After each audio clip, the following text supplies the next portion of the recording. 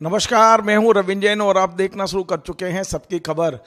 लोकसभा चुनाव परिणाम के बाद इस समय दिल्ली में सरकार बनाने की कवायद शुरू हो चुकी है, लेकिन इसी बीच में कई ऐसे सवाल हैं जो हवा में तैर रहे हैं।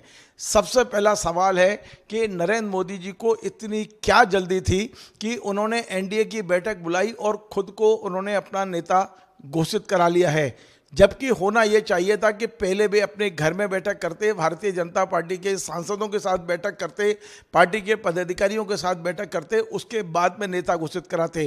फिलहाल ये बात अलग है, लेकिन इसके साथ साथ जो और दूसरे सवाल खड़े हो रहे हैं कि नीतीश कुमार और चंद्रबाबू नायडू यदि साथ आते हैं तो क्या वे भारतीय जनता पार्टी के एजेंडे पर सहमत होंगे?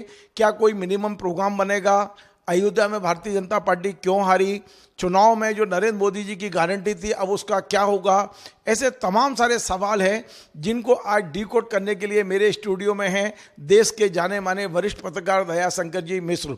दयाशंकर जी मिश्र के बारे में मैं आपको बता दूं, ये रहने वाले मध्य प्रदेश के हैं, लेकिन पिछले 3 दशक से, लगभग 3 दशक से ये देश के बड़े अखबारों में, बड़े मीडिया हाउसेस में उन्होंने काम किया है। भास्कर में रहे हैं, पत्रिका में रहे हैं, जी न्यूज़ में रहे हैं, एनडीटीवी में बहुत अच्छी पोजीशन में, जब एनडीटीवी एक नाम हुआ करता था, वहाँ रहे हैं। और इसके अलावा अंत में ये रहे न्यूज़ 18 में, जो अंबानी का चैनल है। आप और सबको पता होगा, यदि आप गूगल करेंगे तो पता चलेगा कि इन्होंने एक किताब लिखी है, राहुल गांधी सांप्रदायिकता के खिलाफ और तानाशाही के खिलाफ संघर्ष। उस किताब के बाद इनको अपनी नौकरी से हाथ धोना पड़ा था। इस पर हमने एक प्रोग्राम पिछले दिनों किया था, आप हमारे चैनल पे देख सकते हैं। लेकिन आज संयोग से दयाशंकर जी भोपाल में हैं, मेरे स्टूडियो में हैं। हम राष्ट्रीय मुद्दों पे, क्योंकि उनका काफ़ी दिल्ली में काफ़ी दखल रहा है राष्ट्रीय, और तमाम सारी रिपोर्टिंग उन्होंने की है, तो हम इन तमाम सारी चीज़ों को डिकोड करने की कोशिश करते हैं। दयाशंकर जी, आपका बहुत बहुत स्वागत है। सबसे पहला सवाल ये है कि भगवान राम को लाने वाले अयोध्या में क्यों हार गए? मैं शुरुआत यहां से कर रहा हूं। आज सवालों की बड़ी झड़ी है मेरे पास, आपसे बहुत सारे सवाल पूछूंगा, लेकिन आप सबसे पहले, हम अयोध्या चल रहे हैं राम के चरणों में। आखिर राम ने एक समय आदिवासी सबरी के बेर खाए थे और आज अपनी सेवा का मौका भी एक दलित को दे दिया। बहुत अच्छा सवाल आपने पूछा, और आपके माध्यम से दर्शकों से ये बात मैं कहना चाहूँगा कि अयोध्या ने पूरे विश्व में भारत को नफ़रत के बाज़ार में नीलाम होने से बचा लिया है। पूरे विश्व में इस समय अयोध्या लोग सर्च कर रहे हैं, अयोध्या लोग देख रहे हैं, क्योंकि राम को आगे करके सांप्रदायिक राजनीति करने की जो कोशिश बीजेपी लगातार कर रही थी, नरेंद्र मोदी लगातार कर रहे थे, अयोध्या की जनता ने उसको एक्सपोज कर दिया है। आप देखें, लल्लन सिंह वही सांसद हैं जिन्होंने कहा था कि 400 पार का नारा लगाया था। उन्होंने कहा था कि हम बाबा साहब के संविधान को हम बदल देंगे, उस संविधान को बदलने के लिए 400 से ज़्यादा सीटें लाना ज़रूरी हैं। और किसी ने, हम सब जो सोच रहे थे, सोचना एक अलग बात है, लेकिन किसी को ये उम्मीद नहीं थी। ईमानदारी की बात यह है कि अयोध्या में इस तरह से जनता मजबूती से खड़ी हो जाएगी, और जिस राम राज्य की संकल्पना बापू करते हैं, जिस राम राज्य की संकल्पना महात्मा गांधी करते हैं, वो राम राज्य अयोध्या में आया है। जब क्या अंतर है बापू के राम राज्य में और बीजेपी के राम राज्य में? बापू के राम राज्य में राम सबके हैं, राम सबके लिए हैं, और बीजेपी के राम राज्य में राम केवल बीजेपी की सत्ता के लिए हैं। तो अयोध्या की जनता ने अवधेश प्रसाद को जिताकर बताया है कि राम सबके हैं, और जनता किसके लिए खड़ी है। आप देखें, कल से लगातार सोशल मीडिया पर वीडियोस आ रहे हैं, पहले भी आप सबने वो वीडियोस देखे होंगे, कैसे घर तोड़ दिए गए हैं, कैसे हज़ारों हज़ारों लोगों को एक रात के नोटिस पर उनके घर खाली करवा लिए गए हैं। अगर आपको मंदिर बनवाना था तो, और कोर्ट, आप कह रहे हैं कि आपने कोर्ट के आदेश पर बनवाया है, तो आप उसकी प्रक्रिया तो पूरी करेंगे। बुलडोजर न्याय और बुलडोजर राज के नाम पर हज़ारों हज़ारों लोगों को घरों से बेदखल किया गया, बच्चे तड़पते रहे, कई लोगों की उसमें मृत्यु हो गई। और केवल अयोध्या की बात नहीं है, लखनऊ में देखिए आप, अकबर नगर में क्या हुआ है। एक एक घंटे के नोटिस पर आप लोगों ने 40-40, 50-50 साल से लोग रह रहे थे, उनको बेदखल कर दिया है। और अयोध्या तो भारत का सबसे पुराना पुराना नगर है, जिस तरीके से वहाँ से नागरिकों को बेदखल किया गया था, तो मैं कहता हूँ जनता के लिए पहली बार खड़ी हुई है। जयशंकर जी, एक बहुत महत्वपूर्ण सवाल यह है कि नरेंद्र मोदी जी जैसे ही रिजल्ट आया, शाम को अपने कार्यालय गए पार्टी के कार्यकर्ताओं से बात करने और देश को एक संदेश देने के लिए कि मैं तीसरी बार सरकार बनाने जा रहा हूं। उन्होंने जो सबसे पहला शुरुआत की, जय जगन्नाथ तो बोला, लेकिन राम का नाम भूल गए। क्या अयोध्या की हार का इतना बड़ा असर हुआ है कि राम को ही भूल गए? इसी से नरेंद्र मोदी की राजनीति एक्सपोज होती है कि क्या नरेंद्र मोदी ने, जब वो सोशल मीडिया, उनकी आईटी सेल जो भारतीय मीडिया का एक्सटेंशन है, आईटी सेल ने, आप देखिए कैसे कैसे बनाए थे पोस्टर, आपको याद होगा। राम जो दुनिया को रास्ता दिखाने वाले हैं, जो अब उनके बारे में, राम के बारे में क्या हम बात करेंगे, क्या हम लोगों की हैसियत है, लेकिन उन राम को कैसे बताया गया कि मोदी राम की उंगली पकड़ के ले जा रहे हैं, मतलब राम मोदी की उंगली पकड़ रहे हैं। मोदी कहाँ से अपने आप को देखते हैं, इसे अभिमान कहते हैं। और मोदी को ये अभिमान हुआ, और इस अभिमान के लिए कौन अभिमान देता है? ये जो गोदी मीडिया है, इसने बताया कि अरे मोदी जी, राम को तो आप लेके आ रहे हैं। तो ये राम के नाम पर जो राजनीति हो रही थी, और आप देखिए मोदी के अहंकार को पकड़ने की कोशिश कीजिए। मोदी, जब आपने ठीक बताया कि जब बीजेपी कार्यालय जाते हैं तो राम का नारा जो हमेशा लगाया जाता है, उसकी जगह कहते हैं जय जगन्नाथ। और वो वहीं संबित पात्रा क्या कह रहे थे कि भगवान जगन्नाथ मोदी जी के भक्त हैं। तो आप जरा समझने की कोशिश कीजिए कि उड़ीसा में अगर जनता ने बीजेपी को जनादेश दे दिया है, तो आप क्या राम को भूल जाएंगे? तो एक तरीके से ऐसा लग रहा है कि बीजेपी अब राम को सबक सिखाएगी। तो ये आप इससे समझिए कि कितना सत्ता का अहंकार है। जयशंकर जी, मैं आपको थोड़ा सा इससे दूर लेके चल रहा हूं, और दिल्ली में जो कुछ घट रहा है बहुत तेजी से घट रहा है।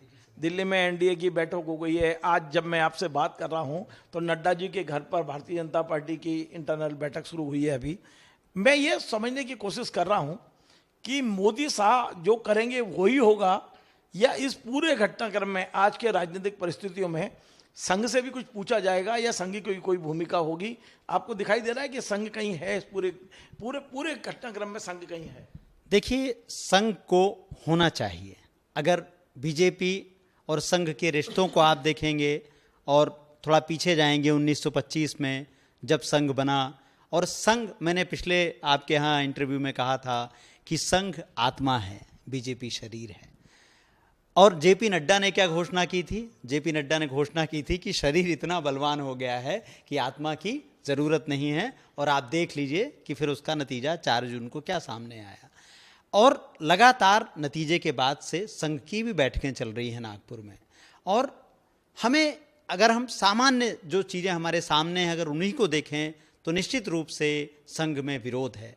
आप ही के यहाँ साक्षात्कार में मैंने बताया था कि संघ और बीजेपी में किस तरह से अंतर्विरोध शुरू हो गए हैं। अगर बीजेपी में लोकतंत्र है, अगर बीजेपी एक लोकतांत्रिक पार्टी है, तो मोदी उसके नेता नहीं हो सकते हैं, क्योंकि मोदी ने बहुमत खो दिया है। मोदी जो बीजेपी को 300 पार ले जा रहे थे, वो सामान्य बहुमत तक नहीं आ पाई। नंबर 1। नंबर 2, आप देखें कि मोदी की लोकप्रियता का ग्राफ, इसके बारे में कहीं कोई बात नहीं कर रहा है कि जो मोदी बनारस से लगभग 6.5 लाख वोटों से जीते थे, इस बार वो पीछे हो गए और लगभग 1.5 लाख वोट से जीते हैं। तो जो ये अंतर आया वो कहाँ से आया? मोदी, आपको याद होगा जब मतगणना शुरू हुई थी तो पीछे हो गए थे। 1-2 चैनलों ने थोड़ी सी हिम्मत दिखाई, लिखा कि मोदी पीछे, लेकिन ये नहीं लिखा कि मोदी पीछे, उन्होंने लिखा अजय राय आगे। तो ये जो गोदी मीडिया ने लगातार उनको आगे दिखाया, लेकिन जनता ने उनको बहुत पीछे कर दिया है। अगर बीजेपी में लोकतंत्र है, और अगर बीजेपी में नितिन गडकरी हैं, शिवराज हैं, वसुंधरा हैं और तमाम राज्यों के नेता हैं, अगर ये सब हैं तो लोकतंत्र है, तो फिर मोदी से बेहतर लोग हैं। शिवराज सिंह चौहान, आज हम मध्य प्रदेश में ये बात कर रहे हैं, आप बताइए, जो व्यक्ति अब तक के इतिहास में इतना विशाल जनादेश लेकर नवंबर में आए थे, आप उसको कितनी बेइज्जती से हटा देते हैं। और मोदी जहां 1.5 लाख से जीते हैं, शिवराज 8 लाख से ऊपर जीते हैं। तो शिवराज हैं, गडकरी हैं, राजनाथ सिंह हैं, उत्तर प्रदेश में सीएम योगी हैं, तो ये सारे लोग हैं ना। तो अगर लोकतंत्र है तो इस पर चर्चा होनी चाहिए कि और कोई क्यों नहीं है। आपको याद होगा जब 2023 में राजस्थान में नतीजे आए और वसुंधरा राजे का किस तरह से अपमान हुआ। जो पार्टी नारी शक्ति का अपनी पार्टी में आदर नहीं करती है, पूर्व मुख्यमंत्री वसुंधरा राजे, उनको पर्ची दी जा रही है और पर्ची में नाम लिखा जा रहा है कि भजनलाल शर्मा मुख्यमंत्री होंगे, और वो वीडियो वायरल कराया जाता है। बीजेपी की आईटी सेल उस वीडियो को वायरल करती है। आपने कभी देखा था लोकतंत्र में एक पूर्व मुख्यमंत्री के साथ सभा में इस तरह का आचरण हो? ऐसी बैठकें बंद कमरों में हुआ करती हैं। सम्मान के साथ बताया जाता है कि आप नहीं, अब आप मुख्यमंत्री बनेंगे। तो नरेंद्र मोदी और अमित शाह की राजनीति में अपनी पार्टी में ही विरोधियों का केवल दमन रहा है।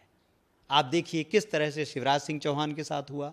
अभी चुनाव के पहले लगातार खबरें आ रही थी कि योगी हटाए जा सकते हैं।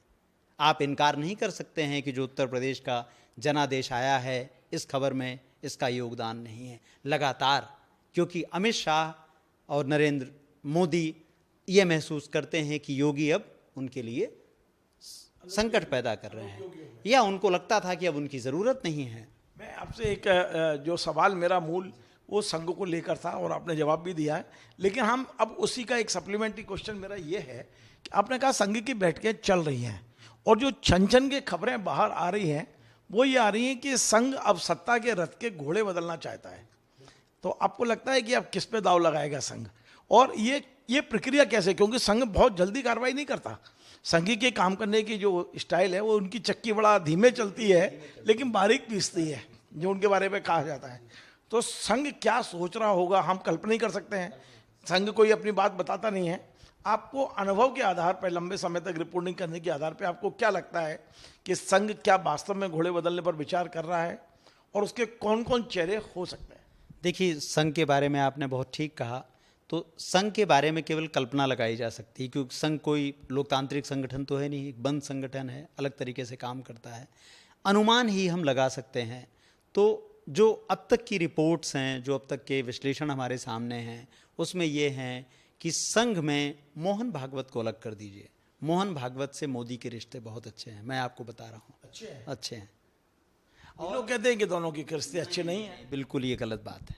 और आप देखें, जो जेपी नड्डा ने जो इंटरव्यू दिया था उसको विस्तार से पढ़ेंगे, और बाद में भी जो रिपोर्ट्स आई हैं उसमें जो आपके हायरार्की में जो दूसरे नंबर के हैं हसबोले साहब, तो हसबोले ने इस बात को लगातार उठाया है कि मोहन भागवत उन सवालों को अनदेखा कर रहे हैं। एक तरीके से नरेंद्र मोदी को फ्री हैंड देते जाते हैं। आप देखिए किस तरीके से बहुत बड़ी बड़ी कंपनियां महाराष्ट्र में आती जाती हैं। महाराष्ट्र में जो कंपनियां लगनी चाहिए थी वो गुजरात भेजी जाती हैं। देश भर से ही सब काम होता है और संघ के भीतर इसका विरोध होता है। लेकिन मोहन भागवत के पार बार बार ये सवाल जाता है और उसको अलग अलग कारणों से वो दरकिनार करते जाते हैं। तो अब दो बातें हैं। एक तो मोहन भागवत पर भी इस बात का दबाव है कि कड़ा कुछ एक्शन होना चाहिए। और जो हमारे सामने तस्वीर है उसमें ये तस्वीर है कि नितिन गडकरी को संघ का समर्थन हासिल है। नितिन गडकरी का भी 10 सालों में लगातार आप देखें अपमान हुआ है। जिस का प्रचार करके मोदी वोट मांगते हैं, जिन सड़कों का प्रचार करके वोट मांगते हैं, उन नितिन गडकरी का उल्लेख करना भूल जाते हैं। आपको याद होगा एक तस्वीर संघ के बीजेपी के मुख्यालय में, जहां पर राजनाथ सिंह गलती से माला के भीतर आ जाते हैं। वो माला मोदी जी को पहनाई जा रही है और कैसे अमित शाह उनकी ओर देखते हैं। और बताइए, राजनाथ सिंह इतने बड़े नेता और तुरंत अपने आप को उस घेरे से, माला के घेरे से बाहर करते हैं। तो ये एक अवसर है संघ के पास कि वह, और संघ तो हमेशा कहता है कि वह व्यक्ति की राजनीति नहीं करता, वह विचार की राजनीति करता है। और सबसे ज़्यादा 10 सालों में मोदी ने पूरी की पूरी राजनीति को पलटा है। उन्होंने किसी विचार की जगह मोदी को आगे कर दिया। संघ में भी इसका बहुत विरोध है। तो हम अनुमान लगा सकते हैं कि संघ की तरफ से नितिन गडकरी का नाम सामने आएगा। और अभी शायद कहना थोड़ी जल्दबाजी हो, लेकिन शिवराज सिंह चौहान कुछ उनके तुरुप का इक्का हो सकता है। हाँ, मतलब उनको कुछ ना कुछ ऐसा मिलना चाहिए, जो खबरें हैं, जो जानकारियां आ रही हैं, जो अप्रत्याशित हो सकता है। क्योंकि संघ के साथ शिवराज सिंह चौहान के रिश्ते बहुत अच्छे हैं। संघ बिल्कुल नहीं चाहता था कि शिवराज सिंह चौहान को हटाया जाए, लेकिन शिवराज सिंह चौहान को न केवल हटाया गया बल्कि अपमानित करके हटाया गया है। तो हम अगले कुछ दिन बहुत रोचक होंगे। अगर आप 4 तारीख के बाद की टाइमलाइन देखिए, 4 तारीख को खबर आती है कि 8 तारीख को बैठक होगी, लेकिन आज देखिए आप 6 तारीख को ही बैठक हो रही है। पहले बात होती है कि 8 को बैठक करेंगे, फिर आगे जाएंगे, लेकिन जैसे इंडिया गठबंधन लगातार आगे बढ़ता है, मोदी के पांव पीछे चले जाते हैं। इस चुनाव में आप देखें कि मोदी अपने, पहली बार ऐसा हम देख रहे हैं मोदी के सार्वजनिक जीवन में। मोदी का जीवन मान लीजिए कि जब वो मुख्यमंत्री रहे 15 साल के लगभग, और 10 साल ये 25 साल में मोदी पहली बार कोई चुनाव सीधे हारे हैं। मोदी अब तक कोई चुनाव नहीं हारे थे, ना यहाँ ना वहाँ। और वो एक निरंकुश सरकार चलाने की उनकी आदत थी। वो निरंकुश शासन करते थे, जो उनको और अमित शाह को सही लगता था वही कानून था। पहली बार दोनों चुनाव हारे हैं। तो अब संघ और बीजेपी में जो ये तमाम दूसरे वरिष्ठ नेता हैं, जिनमें मैंने कहा आपको वसुंधरा राजे, शिवराज सिंह चौहान, राजनाथ सिंह, नितिन गडकरी, उत्तर प्रदेश के मुख्यमंत्री योगी आदित्यनाथ, इन सभी में काफ़ी बेचैनी है, संघ में बेचैनी है। और निश्चित रूप से मोदी और अमित शाह वैसे काम करने नहीं जा रहे हैं जैसे हमने 10 सालों में देखा। जी, मैं आपको नागपुर से फिर दिल्ली की ओर ला रहा हूँ। दिल्ली में हमने देखा कल एनडीए की बैठक हुई और इंडिया गठबंधन की हुई, पर इंडिया गठबंधन में बड़ी मैच्योरिटी दिखी कल। उन्होंने कहा कि हमें कोई जल्दबाजी नहीं है, हम इंतजार करेंगे आराम से। जैसी जल्दबाजी नरेंद्र मोदी और उनके सहयोगियों में दिख रही है, इंडिया गठबंधन में नहीं है, जबकि ये भी उतना ही प्रताड़ित रहे इतने दिनों में। मैं ये जानना चाहता हूँ कि क्या आपको अपने अनुभव के आधार पर क्या आपको लगता है कि मोदी जी की शपथ बहुत आसान होगी, कल वे शपथ ले लेंगे, कल वे तीसरी बार प्राइम मिनिस्टर बन जाएंगे, या अभी आपको कोई शक है? देखिए, अब अभी तक की जो स्थितियां, घटनाक्रम हमारे सामने हैं, उसमें मुझे नहीं लगता कि इतनी जल्दी से कुछ होने वाला है। ये तो मोदी की शैली है कि वो लगातार ये दिखाना चाहते हैं कि बहुत तेज हैं, जल्दी जल्दी है, लेकिन इस जल्दी जल्दी में आप मैच्योरिटी को अक्सर मिस करते हैं। आपने बहुत ठीक कहा।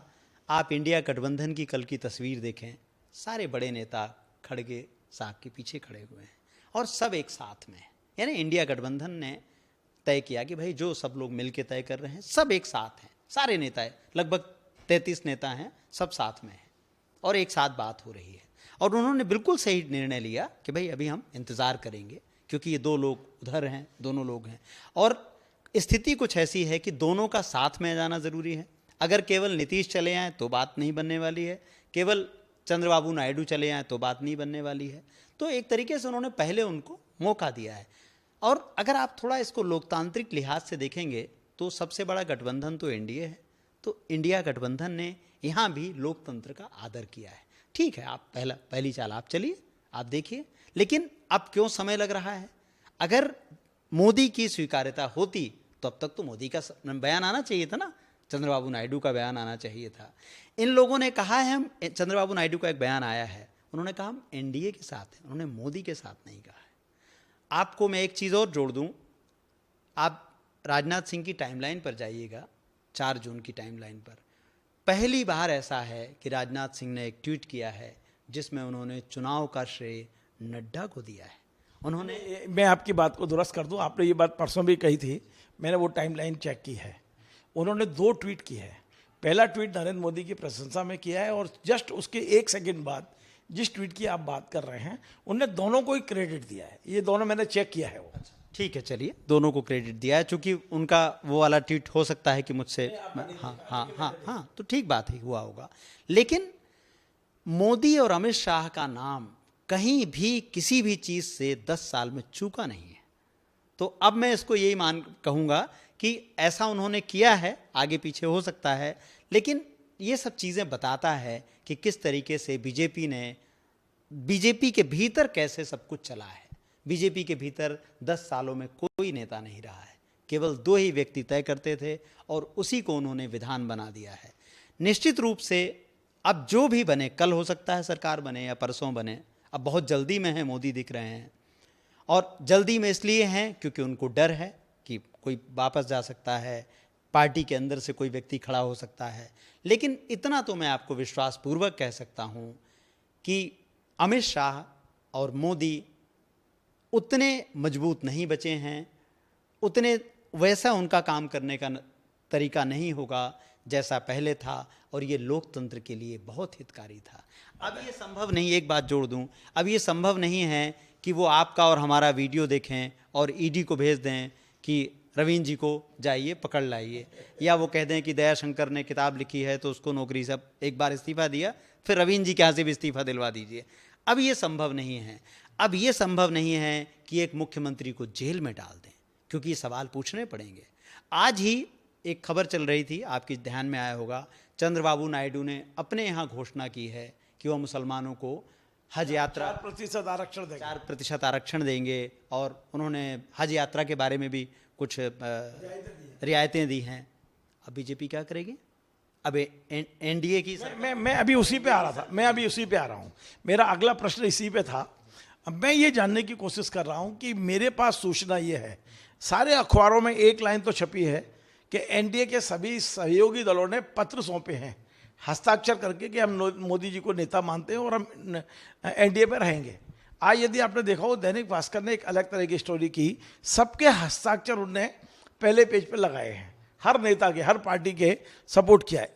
लेकिन मेरी जानकारी ये है, आप ज़्यादा अच्छी तरह बता पाएंगे, कि सभी सहयोगियों ने, अधिकांश ने, एक नहीं 2 लेटर दिए हैं। पहला लेटर उन्होंने दिया है कि हम आपके साथ हैं, दूसरा लेटर दिया है कि हम किन शर्तों पे साथ हैं, हमें इतने पद चाहिए, हमें स्पीकर चाहिए, हमें विशेष दर्जा चाहिए। तो आपको लगता है कि ये जो डिमांड का लेटर दूसरा वाला है वो बाहर नहीं आया है? कुछ आए भी हैं, आज छपा भी अखबारों में, ऐसा नहीं, रूल आउट नहीं हुआ है। तो क्या इनके अंदर अभी तो निगोशिएशन चल रहे हैं? इधर एक और राजभवन में शपथ की तैयारी चल रही है, दूसरी ओर टेबल पर अभी निगोशिएशन ही चल रहे हैं। तो ये निगोशिएशन चलते रहेंगे या बगैर निगोशिएशन के शपथ हो जाएगी? मुझे ये लगता है, देखिए अनुमान की बात मैं बता रहा हूँ आपको, कि 8 तारीख को तो मोदी जी का शपथ लेना बहुत मुश्किल लगता है मुझे। आज हम 6 तारीख में बैठे हैं, और उसके पीछे कारण ये है कि अमित शाह और नरेंद्र मोदी ये अपने नियम और अपना विधान बनाते हैं। अब पहली बार कोई दूसरा बनाएगा। आपने बिल्कुल ठीक कहा, टीडीपी ये चाहती है, आज दिल्ली के अखबारों में भी खबर है, टीडीपी चाहती है कि लोकसभा स्पीकर उनका हो। और लोकसभा स्पीकर कितना महत्वपूर्ण पद है ये हम जानते हैं। 1998 में अटल बिहारी वाजपेयी जब दूसरी बार प्रधानमंत्री बने थे, तो उस समय टीडीपी के ही बाल योगी विधानसभा अध्यक्ष थे। उन्होंने उस समय उड़ीसा के मुख्यमंत्री गिरधर गोमांग को मत देने का फैसला सुनाया था, और 1 वोट से अटल जी की सरकार चली गई थी। आपको दूसरी घटना, केवल स्पीकर का महत्व दर्शकों तक पहुंचे, जब यूपीए की सरकार थी और लोकसभा अध्यक्ष सोमनाथ चटर्जी साहब थे, जो आपकी कम्युनिस्ट पार्टी के थे। आप देखें, उस समय उन्होंने सरकार से समर्थन वापस ले लिया, लेकिन चटर्जी साहब ने कहा कि मैं तो सदन का अध्यक्ष हूँ, और वो बने रहे, कांग्रेस ने उनको बनाए रखा। उस समय भी विश्वास मत आया और सरकार बची। लोकसभा अध्यक्ष की भूमिका बहुत महत्वपूर्ण है।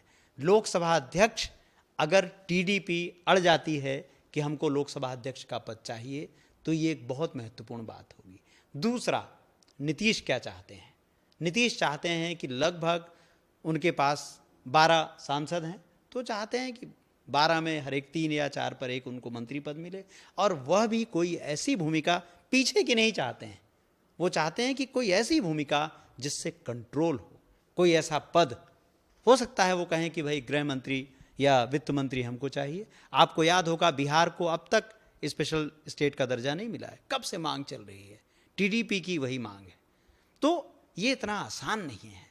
दूसरा, जीतन राम मांझी जैसे नेता हैं जो एक ही हैं, वो भी कह रहे हैं हमको चाहिए। तो अब बीजेपी, चिराग पासवान जैसे 2 पद मांग रहे हैं, हाँ चिराग पासवान दो, अभी तो 5 जीत के आए हैं, 2 मंत्री पद मांग रहे हैं। हो सकता है अभी वो कह दें कि मुझे तो 3 चाहिए, क्योंकि वो 3 इसलिए कह सकते हैं क्योंकि दूसरी तरफ के दरवाजे उनके लिए खुले हैं। और अब बिहार में आप देखिएगा, एक बात और बिहार में होने वाली है। अब बिहार में एक किस्म की एकता आने वाली है। मैं जिस एकता की बात कर रहा हूँ वो है नीतीश कुमार, तेजस्वी भले बाहर हैं लेकिन 4 तेजस्वी के सांसद हैं, और चिराग पासवान और जीतन राम मांझी, ये सब मिलके जो बल मिलता है, अब वो एक अलग शक्ति आने वाली है। तो अब ये बिहार जो है वो अपने लिए, क्योंकि हर व्यक्ति क्या दिखाएगा बिहार को, बिहार में भी चुनाव होना है, बिहार में विधानसभा चुनाव की तैयारी है। तो अब बिहार में हर व्यक्ति ये दिखाने की कोशिश करेगा कि हम बिहार के लिए ज़्यादा लेके आए हैं। तो ज़्यादा लेके कैसे आएगा? जब उसको पोर्टफोलियो ऐसा मिलेगा। तो ये पहली बार है कि अमित शाह और नरेंद्र मोदी की ये कठिन परीक्षा है, और ये लोकतंत्र के लिए बहुत अच्छा है कि उन पर शिकंजा है और वो अब अपनी मनमानी नहीं कर पाएंगे। चलिए एक चीज और, हम ये मान लेते हैं कि नरेंद्र मोदी परसों शपथ ले लेंगे, हम एक बार को मान लेते हैं, तो ये जो 3 एजेंसियां हैं जिसके दम पर वो अभी तक अपनी ताकत दिखाते रहे हैं, ED, CBI, IT, income tax, अब क्या लगता है कि जिस ताकत से ये कार्रवाइयाँ करती थी अब कर पाएगी क्या? अब जो परसों 8 तारीख को मान लीजिए नरेंद्र मोदी की सरकार फिर से आ गई है, इन तीनों एजेंसियों का भविष्य क्या देख रहे हैं आप? एक अच्छी खबर अभी तक है कि ये एजेंसियां निरंकुश होकर काम नहीं कर पाएंगी, क्योंकि ये जो टीडीपी हैं और आपके नीतीश हैं और जो बाकी दूसरे लोगों की भी आपको छोटे छोटे दलों की ज़रूरत पड़ेगी, वो दल कभी अपने लोगों को ये मैसेज नहीं देंगे कि वो इन मोदी के समर्थक हैं। आप दोनों बातों में अंतर है। सरकार साथ में होना और वहाँ से अपने राज्य के लिए पैकेज ले जाना एक अलग बात है, या अपनी महत्वाकांक्षा को पूरा करना अलग बात है, लेकिन ये जानते हैं कि अत्याचारी सरकार का क्या परिणाम हुआ है। तो ये कभी ये मैसेज नहीं जाने देंगे कि अरविंद केजरीवाल जेल में रहे। आप देखिएगा अरविंद केजरीवाल बहुत जल्द वापस आएंगे और उतनी ही जल्दी हेमंत सोरेन भी वापस आएंगे। और ये इसलिए क्योंकि ये कोई नहीं चाहेगा ना। कल को जो आप देखिए, आप तो इतने लंबे समय से पत्रकारिता में हैं, भारत में कितने समय बाद इतना शानदार विपक्ष आया है।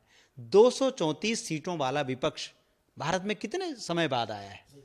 तो ये जो 234 सीटों वाला विपक्ष है, जब ये खड़े होकर बोलेगा और बंगाल से लेकर के और आपके गुजरात तक में तो सब जगह से नेता चुनकर आए, असम से नेता चुनकर आए हैं, पूरे देश भर से नेता चुन के आए हैं।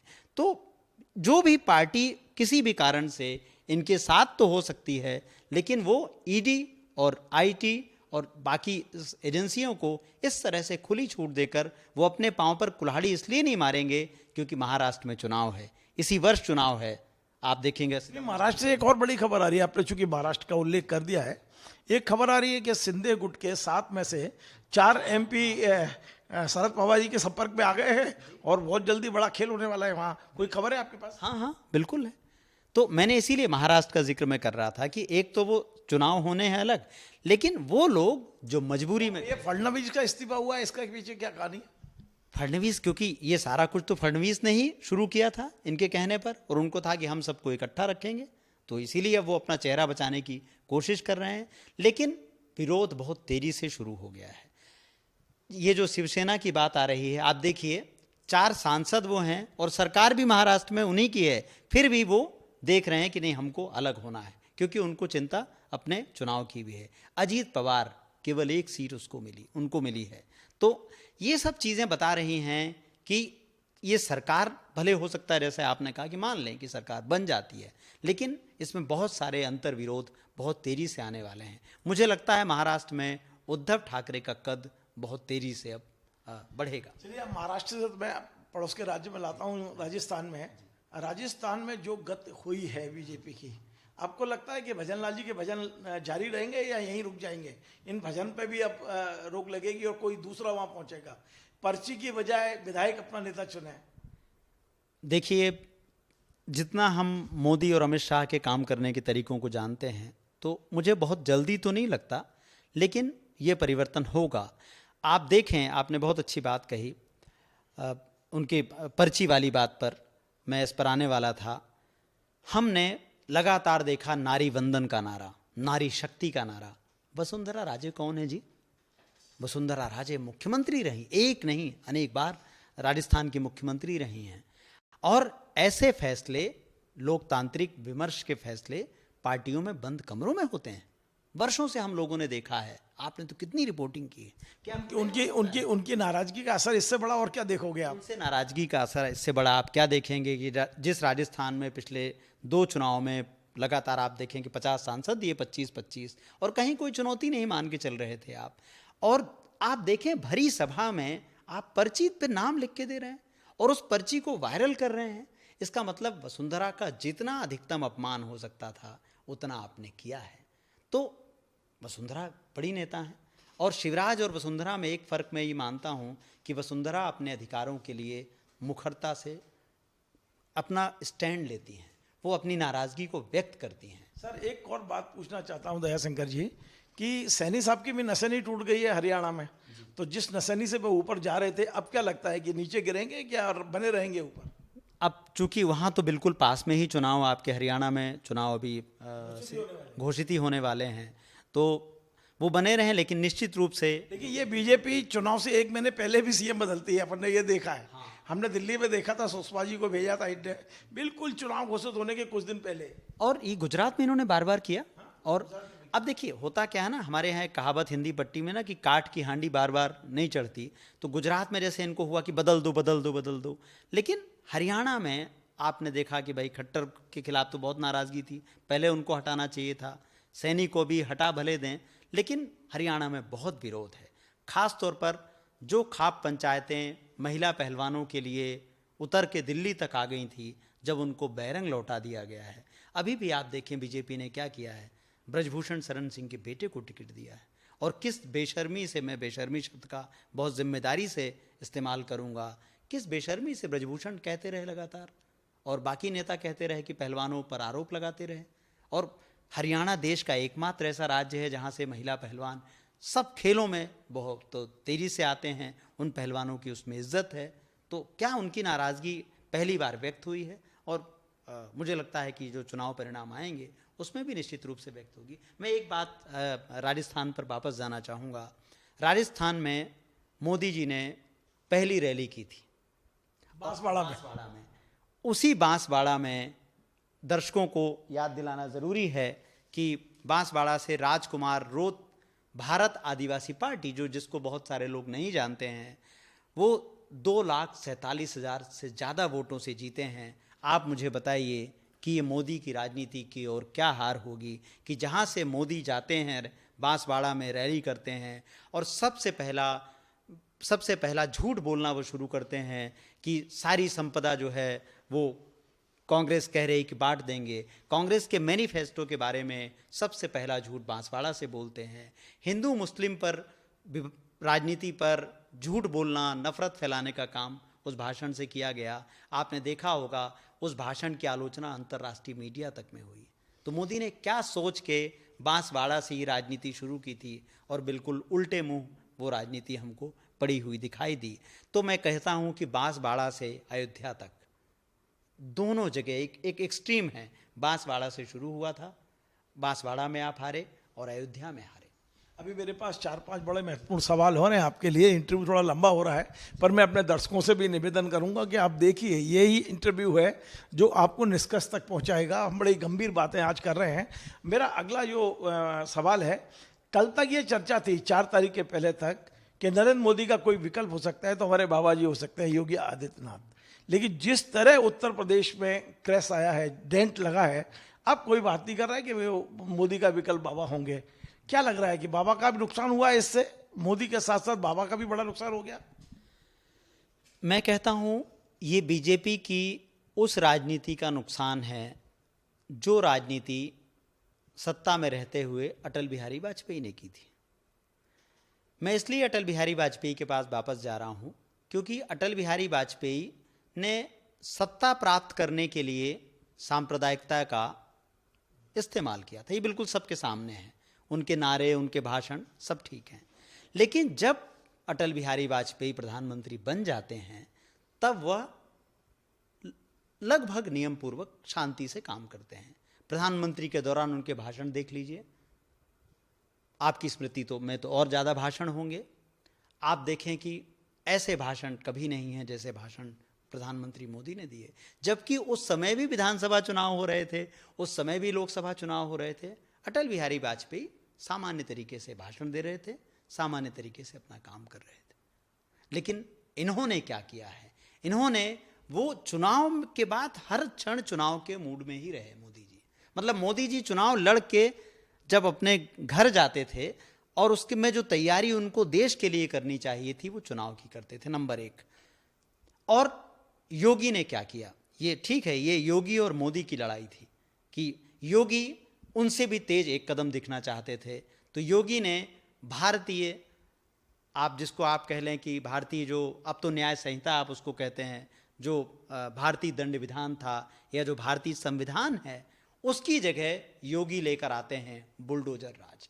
बुलडोजर राज लोकतंत्र में नहीं चलता है, लोकतंत्र में संविधान का राज चलता है, लोकतंत्र में रूल ऑफ लॉ है। तो आपको लगता है कि योगी जी का बहुत बड़ा नुकसान हुआ है इसमें? बहुत अच्छा सवाल आपने पूछा। योगी का पूरा नुकसान ही बुलडोजर की राजनीति की वजह से। आप कम से कम वो पीएम के कैंडिडेट जो गंभीरता से थे, फिलहाल उनका नाम नहीं है अब शीर्ष पे। अब हम पीएम की बात कर रहे हैं तो नाम ले रहे हैं राजनाथ सिंह जी का, नितिन गडकरी का, योगी का कोई नाम नहीं ले रहा है। योगी का कोई नाम, और मोदी अभी बन जाए तो बात अलग है, लेकिन उनके नाम इसलिए नहीं है क्योंकि इन्होंने एक सामान्य जो लोकतंत्र का नियम है, रूल ऑफ लॉ, दोनों ही लोग उसकी, तीनों लोग मैं कहूँगा, अमित शाह, मोदी और योगी, तीनों लोग रूल ऑफ लॉ की अवहेलना करते हैं। अब अगर कोई प्रधानमंत्री बीजेपी के अंदर से बनेगा या संभावित हो सकते हैं, तो मुझे नहीं लगता कि राजनाथ सिंह, नितिन गडकरी, आप इसमें वसुंधरा को भी शामिल करके चलिए, शिवराज सिंह चौहान, या ऐसा ही कोई नेता जो समन्वयकारी राजनीति की बात करता हो। नितिन गडकरी भी तो वहाँ से चुनाव जीते हैं, आपके नागपुर से चुनाव जीते हैं नितिन गडकरी, और हमेशा से जीतते आए हैं। लेकिन क्या आप नितिन गडकरी का मुझे कोई ऐसा भाषण सुनाएंगे जिसमें नफरत हो? वो कभी नहीं करते। तो क्यों नितिन गडकरी नफरत की बात नहीं करते, जबकि नितिन अटल जी के सही उत्तराधिकारी उन्हीं को माना जाता है बीजेपी में। और आप देखें जी, जिन अटल बिहारी वाजपेयी का मैंने जिक्र किया आपसे, तो अब बीजेपी और संघ ऐसे व्यक्ति को देख रहे हैं जो समन्वयकारी हो, जो अंतर्राष्ट्रीय स्तर पर भी जब भारत को ले जाए तो हाँ मजाक नहीं उड़े। आप बहुत सारे हमारे जो मित्र काम करते हैं, पत्रकारी या तमाम लोग विदेशों में रहते हैं, आपको याद होगा अप्रवासी भारतीयों ने मोदी जी को कंधे पर बिठा के ले गए थे। लेकिन आप देखिए 10 बरस 8 बरस के बाद पिछले 2 वर्षों में मोदी जी का विदेशों में कोई नाम लेने वाला नहीं। जयशंकर जी, 2 बहुत महत्वपूर्ण सवाल है और मुझे लगता है कि दर्शक इसका इंतजार कर रहे होंगे। पहला सवाल, ये मेरे 2 अंतिम सवाल हैं और मैं दर्शकों से चाहूँगा कि इनको सुने, बहुत गंभीर सवाल है। पहला सवाल मेरा है कि देश के चारों शंकराचार्य कहीं ना कहीं नाराज थे। 2 शंकराचार्य, पुरी के शंकराचार्य जी, निश्चलानंद जी, और जो ज्योतिष मठ के शंकराचार्य जी, अभी मुक्तासरानंद जी, एक खुल के बात कर रहे थे कि मोदी और ये लोग जिस तरह शंकराचार्यों पे हमले बोल रहे हैं, और राम मंदिर की उसमें एक भी शंकराचार्य नहीं पहुंचा। बेशक 2 शंकराचार्य ने विरोध नहीं किया तो समर्थन भी नहीं किया, आए भी नहीं है। इस जो पूरा परिणाम आया है, इसमें इन शंकराचार्यों की भूमिका क्या है? क्योंकि हमें चुनाव से पहले ज्योतिष मठ के शंकराचार्य को मथुरा से दिल्ली तक यात्रा करते, पैदल यात्रा करते देखा, गाय को बचाने। उन्होंने बनारस में जिस कैंडिडेट को खड़ा किया मोदी जी के खिलाफ, उसके खिलाफ FIR करा दी गई। मैं आपको बहुत सारी चीज़ें हैं। तो अब मैं सीधा सीधा आ रहा हूँ कि देश में शंकराचार्य जो धर्म के सबसे बड़े आचार्य हैं और पूरा समाज उनकी उंगली पकड़ के चलता है, उन शंकराचार्यों की इस परिणाम में क्या भूमिका दिखती है? उनकी नाराजगी का कोई असर दिखता है? देखिए, बीजेपी अपने आप को केवल एक लोकतांत्रिक पार्टी नहीं कहती है। बीजेपी समय समय पर अपने रूप बदलती रहती है, और उसमें से एक रूप का होता है कि बीजेपी कहती है कि वो एक धार्मिक पार्टी है, एक हिंदू पार्टी है, और वो शंकराचार्यों को साथ लेकर के चल रही थी। इस चुनाव के पहले तक देखें तो शंकराचार्य लगभग बीजेपी के साथ चलते हुए नजर आते हैं। लेकिन आखिर फिर वही बात कि आखिर ये शंकराचार्य बीजेपी के विरुद्ध कैसे हुए? इसलिए विरुद्ध हुए क्योंकि जैसा मैंने कहा कि नरेंद्र मोदी और अमित शाह किसी विधान, किसी नियम को नहीं मानते हैं। इस चुनाव में आते नरेंद्र मोदी का अभिमान इतना बड़ा हो गया कि उन्होंने कहा जो मैंने कहा वही सत्य है, वो अंतिम सत्य है। हाँ, अंतिम सत्य है। तो जब अयोध्या में, आप एक बात ध्यान दीजिए और ये बात दर्शकों को याद रखनी चाहिए, अयोध्या में मंदिर बीजेपी ने नहीं बनवाया है। अयोध्या में मंदिर सुप्रीम कोर्ट के आदेश के बाद बना और ट्रस्ट ने बनाया है, और ट्रस्ट ने बनाया है, जिसमें सबका पैसा लगा है, मेरा और आपका भी लगा है। सबका पैसा लगा और वो चंदा दिया गया है और उसमें ट्रस्ट का पैसा लगा हुआ है। तो आप देखें कि जैसे आपके मध्य प्रदेश में भी, भोपाल में भी तमाम मंदिर हैं, सब जगह। यहाँ भी एक बड़ा बिरला मंदिर है, दूसरे तमाम मंदिर हैं। लेकिन जब मंदिरों में कोई कामकाज होता है तो मुख्यमंत्री नहीं जाता है। मंदिरों में कोई काम हो, बनारस में कोई मंदिर बनना है तो ये प्रधानमंत्री का काम नहीं है। और यहाँ पर दर्शकों के लिए मैं बता दूँ, जब सोमनाथ मंदिर का जीर्णोद्धार हुआ तो नेहरू जी उसमें नहीं गए थे, क्योंकि नेहरू जी ने ये कहा था कि ये काम अपनी, भाई जो लोग वहाँ के हैं उनका काम है, ट्रस्ट का काम है, पुजारियों का काम है, शंकराचार्यों का काम है, मेरा काम देश चलाना है। भाई ठीक है, जीर्णोद्धार हो गया, आप अपना काम करिए। राष्ट्र प्रमुख का काम धर्म के भीतर घुस कर जाना नहीं है। लेकिन मोदी चूंकि लोकप्रियता, अगर उनके शब्दों में मैं कहूँ तो एक लोकप्रियता जीवी प्रधानमंत्री हैं, जिनको हर चीज़ में टीआरपी चाहिए। तो उन्होंने क्या सोचा कि जब मैं जाऊंगा और यहाँ शंकराचार्य होंगे तो कैमरा किसकी तरफ चला जाएगा? शंकराचार्यों की तरफ चला जाएगा। इतनी छोटी सोच। राष्ट्रपति, आप देखें कि महिला हैं, आदिवासी हैं, उनको राष्ट्रपति को नहीं बुलाया आपने, और राष्ट्रपति को संसद नहीं, अपने मंत्रिमंडल के एक भी सदस्य को आने की अनुमति नहीं दी। आप देखें ना, आप कहते हैं कि विपक्ष के नेताओं को हमने बुलाया और वो आए नहीं, कितना दुष्प्रचार हुआ। आप मुझे बताइए ना, राजनाथ सिंह को क्यों नहीं बुलाया था? क्योंकि सारा कैमरा मेरे ऊपर चाहिए। तो शंकराचार्यों का जिस तरह से अपमान हुआ, ये जो उत्तर प्रदेश के नतीजे आए हैं ना, इनका कोई एक कारण नहीं है, ये इसके बहुत सारे कारण हैं। इसमें समीक्षा के बाद ये निकलेगा, मंथन के बाद अमृत निकलेगा कि इसमें कितना परसेंटेज अभिमान का है, कितना परसेंटेज जनता के दुख का है, कितना परसेंटेज जो है झूठ का है, जातिगत समीकरण तो निश्चित रूप से है, सोशल इंजीनियरिंग का है। लेकिन सबसे बड़ी बात है कि शंकराचार्यों की एक प्रतिष्ठा है। आप उनके काम में क्यों दखल दे रहे हैं? इसका मतलब तो ये है कि कल शंकराचार्य संसद में आ जाएं और कहें कि जी हम तय फैसला करेंगे कि कौन कहाँ बैठेगा, कौन कैसे काम चलेगा। नहीं, शंकराचार्यों का काम मंदिर में है, शंकराचार्यों का काम अनुष्ठान में है। तो शंकराचार्य जैसे शंकराचार्य मतलब एक अपने आप में एक संस्था है, उनकी प्रतिष्ठा है, उनके शब्दों के अर्थ हैं। जब उनकी आपने उनसे ऐसे लड़ाई करने लगे मोदी जी, सोशल मीडिया पर बताइए, उनको इतनी गालियां दी गई, भद्दे भद्दे कमेंट किए गए शंकराचार्यों पर, तो क्या समाज ने ये सब नहीं देखा होगा? उसका असर हुआ है इस इलेक्शन? उसका असर निश्चित रूप से हुआ है। चलिए, एक आखिरी सवाल, और मैं चाहता हूं कि दो लाइन में आपके वो मिल जाए। मैं बिल्कुल सीधा चाह रहा हूं, बजाय घुमा के। इस बार देश में 3 लोगों के भविष्य पर मैं आपकी टिप्पणी चाहता हूं। नरेंद्र मोदी जी का क्या भविष्य है, अमित शाह जी का क्या भविष्य है, और जेपी नड्डा का क्या भविष्य है? आपको क्या दिख रहा है? पहले जेपी नड्डा से शुरू करते हैं। मुझे लगता है कि जेपी नड्डा का 1 साल का उनको एक्सटेंशन दिया गया था।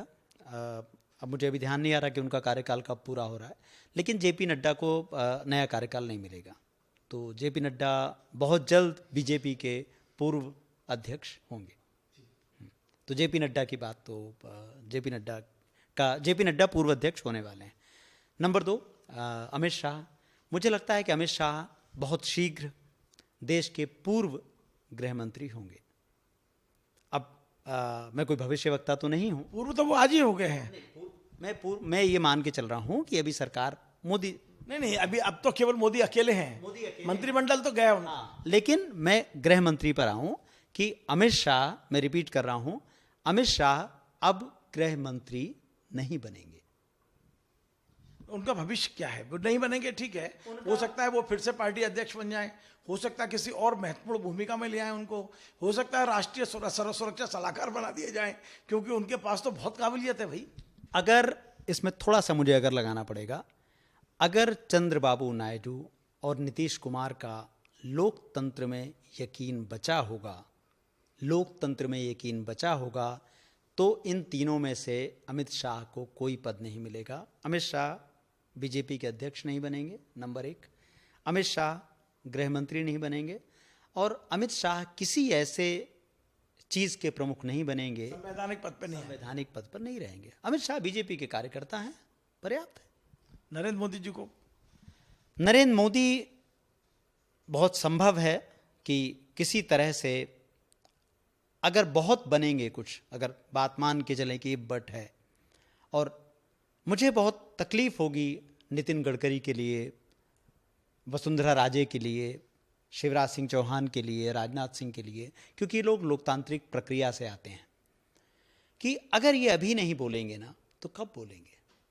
तो इनको बोलना चाहिए, इनको पार्टी के लोकतंत्र के लिए खड़े होना चाहिए। तो बहुत इस बात से इनकार नहीं किया जा सकता है कि नरेंद्र मोदी जो अभी प्रधानमंत्री बनते हुए दिख रहे हैं, इस बात से मैं इनकार नहीं कर रहा हूं कि वो प्रधानमंत्री ना भी हो। और यदि बन भी गए तो वो उतने मजबूत नहीं रहेंगे, मजबूत नहीं मजबूर प्रधानमंत्री होंगे। निश्चित रूप से नरेंद्र मोदी एक मजबूर प्रधानमंत्री होंगे और जैसा मैंने पहले कहा, उनका मजबूर होना देश के हित में है, क्योंकि मोदी ने मजबूत होकर देश का इतना नुकसान किया है जितना इस महान देश का आज़ादी के बाद कभी पराभव नहीं हुआ। बहुत बहुत धन्यवाद। तो एक लंबा इंटरव्यू, विस्तार का इंटरव्यू, जानकारी से भरा इंटरव्यू और तमाम सारी चीज़ों को आज हमने डिकोड किया है। हमने नरेंद्र मोदी जी के भविष्य पर बात की है, अमित शाह जी के भविष्य पर बात की है, हमने संघ की नीतियों पर बात की है, हमने अयोध्या की हार पर बात की है, हमने शंकराचार्य जी के अपमान पर बात की है। आज इतने विषयों पर हमने बात की है। मुझे पूरी उम्मीद है कि हमारे दर्शक के दिमाग में जितने सवाल इस समय होंगे, उनके तमाम सवालों के जवाब देने की आज हमने विनम्र कोशिश की है। मैं बहुत बहुत धन्यवाद दूंगा दयाशंकर जी मिश्र, जिन्होंने समय निकाला आपके इन तमाम सारे सवालों के जवाब देने का। आपको यदि हमारा ये कार्यक्रम पसंद आए तो आप इसे शेयर करें, लाइक करें, कमेंट करें और आपसे निवेदन है आप अपने कमेंट में बताइए कि आपको किस किस तरह के कार्यक्रम चाहिए। मुझे खुशी है कि मेरे चैनल पे अब दर्शक अधिकार से बोलने लगे हैं कि अब आप ये वाले समय पर भी इस विषय पे इंटरव्यू करिए, इस विषय पे प्रोग्राम बनाइए, और मैं आपके एक एक कमेंट को देखता हूं और उसका पालन भी करता हूं। यदि आपके दिमाग में कुछ चल रहा है और आप चाहते हैं कि इस पर वीडियो बनाया जाना चाहिए तो आप बिल्कुल बेझिझक मुझे बताइए। मैं कोशिश करूंगा कि आपके हर सवाल का जवाब आप तक पहुंचाऊं और आपके मन में जो चल रहा है उस पर वीडियो बनाने की कोशिश करूं। नमस्कार।